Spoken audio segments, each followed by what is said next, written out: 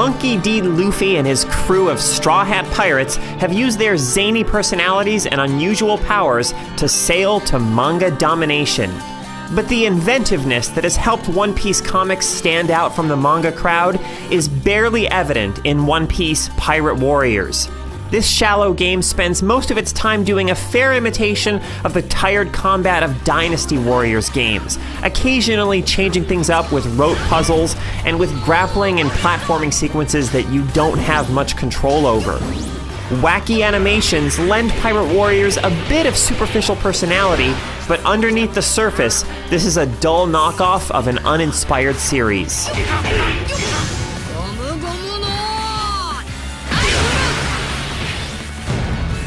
The main log mode recounts the adventures of the Straw Hat Pirates across the One Piece storyline. It doesn't capture the excitement of that storyline, though. The plot is mostly advanced through scenes in which characters talk about their adventures, while a static image of them enjoying a picnic is displayed. If you come to Pirate Warriors not already knowing the tale of Luffy's adventures, the storytelling here certainly won't reveal what all the fuss is about. Sanji, 風邪ひくなよ. And the gameplay doesn't make up for the excitement that's missing from the story. You spend most of your time playing as Luffy, running around battlefields to complete objectives. You're frequently swarmed by enemies, but these foes pose no challenge whatsoever. They exist simply to be clobbered by you. So you push some buttons, pull off some wild-looking attacks, and defeat them by the dozens. From time to time, more powerful enemies appear who require a bit more effort to defeat. You might need to evade some of their techniques and rely on your own devastating special attacks to defeat them. These special moves have elaborate animations, but they take no skill to perform. Watching Luffy's bizarre attacks is fun for a short while, but they don't disguise how dull the underlying mechanics are.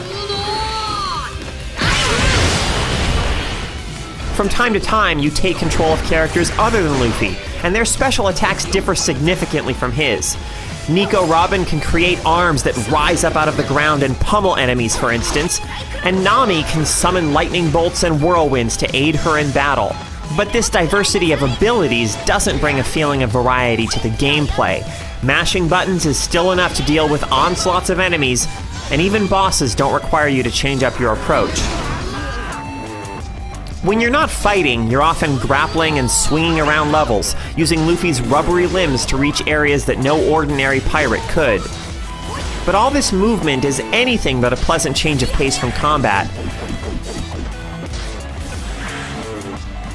You don't directly control Luffy as he does all of this fun-looking stuff, swinging through the air or grabbing onto soaring cannonballs that carry him over the water. Rather, you just respond to displayed button prompts and watch Luffy do all the rest. This just makes you feel alienated from the action and has you longing for the relative immediacy of battle. Other variations from the core combat also fail to inject any life into the game. Dull puzzles have you doing things like hitting switches to rotate statues, and one stage slows you down by making you carry an injured Nami around and find places to set her down before you can jump into the thick of it. As you progress through the main log, you unlock more characters you can use in the Another Log mode, which puts the focus on characters other than Luffy. And online support lets you join forces with another player to complete chapters. But no matter how you play it, One Piece Pirate Warriors is a tedious game. The energy of its characters and animations contrasts sharply with the tiresome gameplay. This $50 11-gig game isn't worth the cost or the significant amount of time it takes to download. If you're looking to spend some quality time with Luffy and his pirate crew, you're better off sticking to the pages of a manga.